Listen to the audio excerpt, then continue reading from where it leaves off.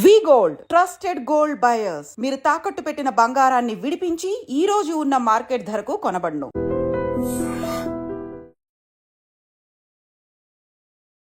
Hi hello నమస్తే, welcome back to iDream media. ఈ రోజు మనతో ఉన్నారు సర్టిఫైడ్ ఫైనాన్షియల్ ప్లానర్ అయిన మాధవిరెడ్డి గారు. మ్యామ్తో మాట్లాడదాం ముఖ్యంగా మార్కెట్ అప్డేట్స్ గురించి. మ్యామ్, ఒకసారి మార్కెట్ చూసినట్లయితే నిఫ్టీ 50 -220 పాయింట్స్తో 23,339 దగ్గర, సెన్సెక్స్ -678తో 77,181 దగ్గర, బ్యాంక్ నిఫ్టీ -286తో 49,871 దగ్గర, ఐటీ నిఫ్టీ -377తో 42,544 దగ్గర ఉండడం జరిగింది. సో మార్కెట్ అప్డేట్ అండ్ లేటెస్ట్గా జరుగుతున్న news. So market is not responding to any positive news. అంటే ఎంత నెగిటివ్ ఉందో అర్థమవుతుందండి. అంటే వచ్చిన ప్రతి పాజిటివ్ న్యూస్ని కూడా అది అసలు పక్కన పెట్టేస్తుంది. స్టార్ట్ ఫ్రమ్ మనకి బడ్జెట్ వచ్చిన దగ్గర నుంచి మనకి చాలా ఎక్స్పెక్టేషన్స్ ఉన్నాయి. సో వాళ్ళ ఎక్స్పెక్టేషన్స్ తగినట్టుగానే అందరికీ కొంచెం పాసిబుల్గా ఉండేటట్లుగానే ఆల్మోస్ట్ 12 lakhs వరకు, మేము కూడా అంత ఎక్స్పెక్ట్ చేయలేదు. ఏదో 10 lakhs వరకు అనుకున్నాము. సో అది వాళ్ళు 12 lakhs వరకు ఇచ్చారు. But still market have not responded. అంత పాజిటివ్ న్యూస్ రోజు కూడా, బడ్జెట్ రోజు మార్కెట్స్ హ్యావ్ మ్యూటెడ్, ఫ్లాట్గా క్లోజ్ అయ్యాయి. So okay, then what we have expected like RBI repo rate తగ్గిస్తుంది అని మనం కూడా చాలాసార్లు అనుకున్నాము. సో వాళ్ళు కూడా ఎక్స్పెక్టేషన్స్ తగ్గట్టుగానే 25 BPS పాయింట్స్ తగ్గించారు.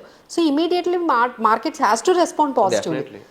సో అది కొంచెం లోన్స్ కొంచెం తగ్గుతాయి, కొంచెం భారం తగ్గుతుంది, కొంచెం కన్సంప్షన్ అనేది మళ్ళీ పెరుగుతుంది అని ఇలా అనుకునేటప్పటికి, but again markets have responded negatively. ఆ న్యూస్ కూడా పాజిటివ్గా మార్కెట్ రెస్పాండ్ అవ్వలేదు. సో అదే అయిపోయింది. నిన్న కూడా ఇంకో మంచి ఈవెంట్ జరిగింది, లైక్ బీజేపీ విత్ స్ట్రాంగ్ గా అసలు 27 years తర్వాత BJP has landed on in Delhi. So అది కూడా పాజిటివ్ గా తీసుకోవాలి. ఎందుకంటే వాళ్ళకి ఎన్ని సీట్స్ వస్తే వాళ్ళంతా స్ట్రాంగ్ గా ఉంటారు.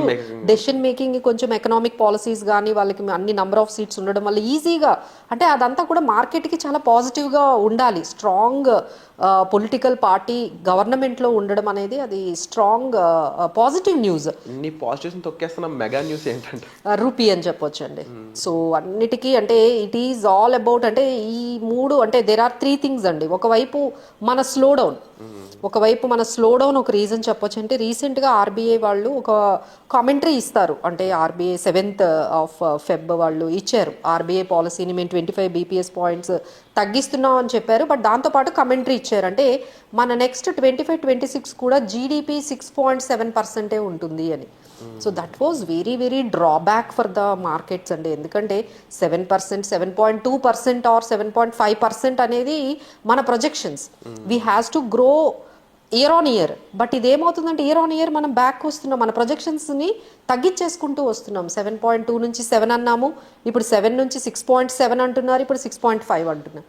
So this is how the projections are coming down year on year.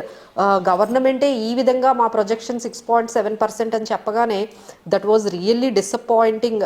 వాళ్ళు మెజర్స్ అయితే తీసుకుంటున్నారు, either through budget, either through physical policy, either through make in India, ఇలాంటివి ఏదో ఒకటి కన్సంప్షన్ స్టోరీ ఒకటి స్టార్ట్ చేయాలనుకుంటున్నారు. కానీ but because of global impact ఏదైతే నెగిటివ్ న్యూస్ ఉందో అది మనల్ని మళ్ళీ మనం పైకి, అంటే మార్కెట్స్ పాజిటివ్లోకి రాకుండా ఆపేస్తున్నాయండి. సో మోర్ ఓవర్ ఎంతవరకు మనకు ఒక స్టోరీ జరిగింది అంటే ఆల్ ఈవెంట్స్ ఆర్ డన్. మనం అనుకున్న ఈవెంట్స్, ట్రంప్ ఎంట్రీ దగ్గర నుంచి ఆర్బీఐ పాలసీ, బడ్జెట్, ఈ ఎలక్షన్స్ అన్ని ఆల్ టుగెదర్ అన్ని అయిపోయాయండి. ఇప్పుడు నౌ ద ఓన్లీ మార్కెట్స్ని ఫోకస్ చేసేది రెండు, అవి global markets and hour Q3 earnings ఇక్కడ ఎలా ఉండబోతున్నాయి. ఈ రెండు మాత్రం ఇప్పుడు రైట్ నౌ హ్యాపెనింగ్. అన్నిటికన్నా బాగా నెగిటివ్గా వస్తుంది రూపీ ఫాల్ అండి. సో వీ హ్యావెంట్ ఎక్స్పెక్టెడ్ ఇంత ఫాస్ట్గా. అంటే 1 రూపీ ఫాల్ అవ్వాలంటే it use to take months. 88 rupees అవునండి, 88 రూపీస్ అది చాలా లోయెస్ట్ అనమాట. So like 84, 85, 86, 87, now 88. ఈ 84 నుంచి జర్నీ ఏదైతే స్టార్ట్ అయిందో ఫాల్ అనేది, so that has now back to 88 వరకు వెళ్ళిపోయిందండి. So that is very huge setback. అంటే ఎందుకు అని ఇంత రూపీ ఫాల్ అవ్వడానికంటే ఒకటి మన స్లోయర్ గ్రోత్ ఒకటి చెప్పొచ్చు. మన ఇండియాలో గ్రోత్ అనేది కొంచెం కన్సర్న్స్ అనేవి ఉన్నాయి. సో డాలర్ పాజిటివ్గా అవ్వడము, డాలర్ ఇంకొంచెం స్ట్రాంగ్గా అవ్వడం, బికాజ్ ట్రంప్ ఎంట్రీ తర్వాత ఇక డాలర్ అసలు అన్బీటబుల్ లాగా అసలు వరల్డ్లోనే అసలు అన్ని కరెన్సీస్ అండి, నాట్ ఓన్లీ ఇండియన్ కరెన్సీయే కాదు మిగతా కరెన్సీస్ కూడా అన్నిటికీ కూడా ఈ డాలర్కి ఎగెనిస్ట్ ట్రేడ్ అవుతున్నవన్నీ కూడా చాలా వరకు కరెక్ట్ అయిపోయాయి.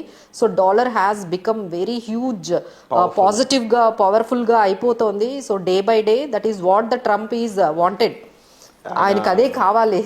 సో ఎవరైతే డాలర్ని పక్కన పెట్టి, ఇప్పుడు ఎగ్జాంపుల్ మన ఇండియా రష్యాతో ఒక అగ్రిమెంట్కి వచ్చి రూపీకి ఎగెనిస్ట్గా రూపీ ఇచ్చి మీ దగ్గర నేను ఆయిల్ కొనుక్కున్నాను అనుకోండి, ఈసారి ట్రంప్ ఊరుకోడు. అప్పుడు బైడెన్ అయితే ఏం అనలేదు. ఈసారి మాత్రం ట్రంప్ ఏం చేస్తారంటే, when you are setting aside the dollar and started doing with your local currency, immediately you will have to face the tariffs. Definitely. And steel మీద అవునండి, అవును. సో ఇది ఈ రోజు ఫాల్ అయితే మాత్రం ఈ న్యూస్తో, ఈరోజు మార్నింగే ఈ బ్యాడ్ న్యూస్తో స్టార్ట్ అయిందండి. So he is putting a tariffs on the steel, aluminium ఇలాంటి వాటి మీద ఆయన టారిఫ్స్ వేశారు. సో దానివల్ల ఏమవుతుందంటే, ఇవన్నీ కూడా ఇప్పుడు ఏవైతే aluminium, zinc, steel, gold, silver, you take any commodity, అన్ని కమోడిటీస్ కూడా ఇప్పుడు అన్ని కాస్ట్లీ అవుతున్నాయండి. మొత్తాన్ని బ్లాక్ చేస్తున్నారు. సో దానివల్ల ఇమీడియట్ గా దాని నెగిటివ్ న్యూస్ తో మనకి Tata Steel, JSW Steel, Hindalco, Vedanta, ఈ అల్యూమినియం సంబంధించిన ఈ కంపెనీస్ ఏవైతే ఉన్నాయో, ఇప్పుడు ఆ రా మెటీరియల్ చాలా కాస్ట్ అవుతుంది కదండి వాళ్ళకి. అది కాకుండా డిమాండ్ కూడా తగ్గిపోతుంది. ఇంత కాస్ట్ పెరగడం వల్ల కన్సంప్షన్ తగ్గుతుంది. బడ్జెట్ లో ఇన్ఫ్రాస్ట్రక్చర్ కి ఒక మంచి ప్లేస్ ఉంది. ఇప్పుడు అదంతా కూడా కొంచెం మళ్ళీ మార్చుకోవాల్సి ఉంది, ఎఫెక్ట్ అవుతూ ఉంటుంది. సో దానివల్ల ఏమవుతుందంటే, కొంచెం కట్ డౌన్ కాస్ట్ కోసం వాళ్ళు ఆ ప్రొడక్షన్ కూడా కొంచెం తగ్గిస్తారు. సో దానివల్ల మళ్ళీ కార్పొరేట్స్కి ఇంపాక్ట్ అవుతుంది. So that is what we have today has started with very negative news from the Trump that levying on tariffs on aluminium and steel. ఈ రోజు మార్కెట్స్ అయితే దానివల్ల, and rupee fall, these are the two major concerns.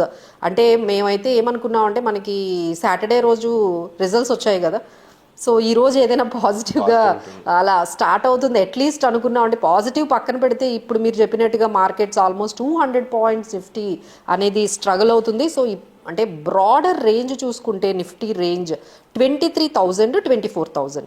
So ఇలానే చాలా ఒక 2-3 months అయినా ఉండే అవకాశాలు కనిపిస్తున్నాయండి. అంటే నెక్స్ట్ క్వార్టర్ వరకు అట్లీస్ట్, మళ్ళీ నెక్స్ట్ క్వార్టర్లో ఇప్పుడు మనం తీసుకున్న ఏవైతే ఈ మెజర్స్ ఉన్నాయో, అంటే లైక్ బడ్జెట్ ఇంపాక్ట్ కానీ, పాజిటివ్ ఇంపాక్ట్ కానీ, ఆర్బీఐ పాలసీ పాజిటివ్ ఇంపాక్ట్ కనిపించి మనకి మళ్ళీ కార్పొరేట్ రిజల్ట్స్ కానీ కొంచెం గెయినింగ్ కానీ మనకు కనిపించేంత వరకు I think markets will be in this range right now between 23 and 24,000. That is the broader range. ఇంకా మనం షార్ట్ రేంజ్ చూసుకుంటే 23,800, 24,300 ఇది మనకి సపోర్ట్ లెవెల్స్. అంటే 23,800 అనేది 24,300 అనేది మనకి రెసిస్టెన్స్ లెవెల్. సో ఈ రేంజ్లో మార్కెట్స్ అనేవి కొంచెం ఈ రేంజ్ బౌండ్ అయిపోయాయండి, స్టక్ అయిపోయాయి markets. Maybe it's time for ఒక రెవల్యూషనరీ ఏదైనా అవుతుందేమో చూడాలి. లెట్స్ హోప్ అండి, లెట్స్ హోప్. ఎందుకంటే ఇప్పుడు ట్రంప్ ఇంపాక్ట్ వల్ల నాట్ ఓన్లీ ఇండియన్ మార్కెట్స్ అండి, వాళ్ళ యూఎస్ మార్కెట్స్ కూడా డౌన్ అయ్యాయి కదా, global markets, Asian markets, every market has taken in to red.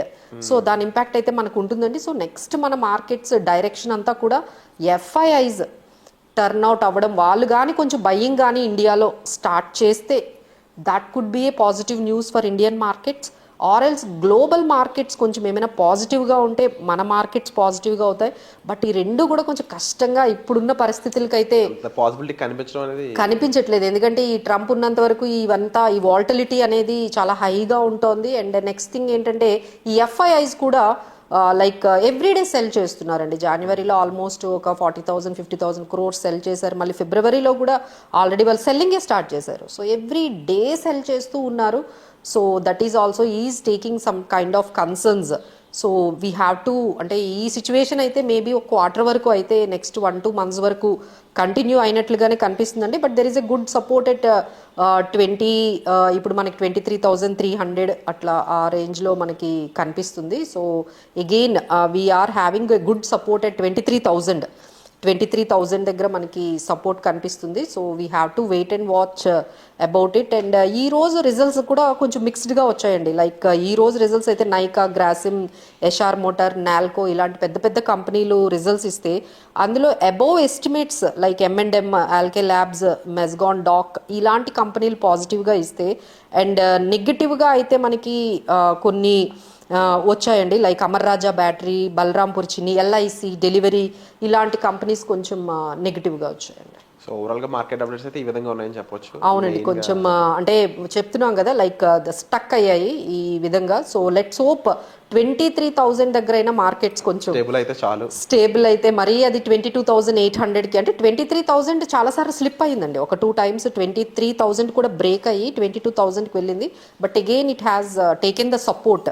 ఈసారి కూడా అక్కడే మళ్ళీ సపోర్ట్ తీసుకుంటూ market at least will be in the range of 23,000 24,000 మధ్యలో ఉంటాయని ఎక్స్పెక్ట్ చేద్దాం. True ma'am.